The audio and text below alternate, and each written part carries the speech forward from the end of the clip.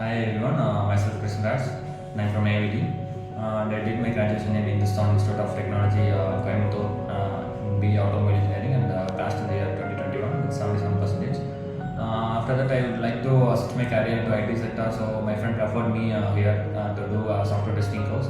I pursued for 6 months, and then I gained much more knowledge in both manual and automation testing.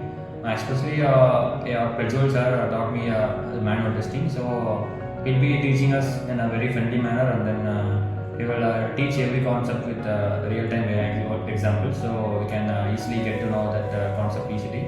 So after that, as of now, I'm placed in a sense of technology with 2.5 LPA. So this is QSpider.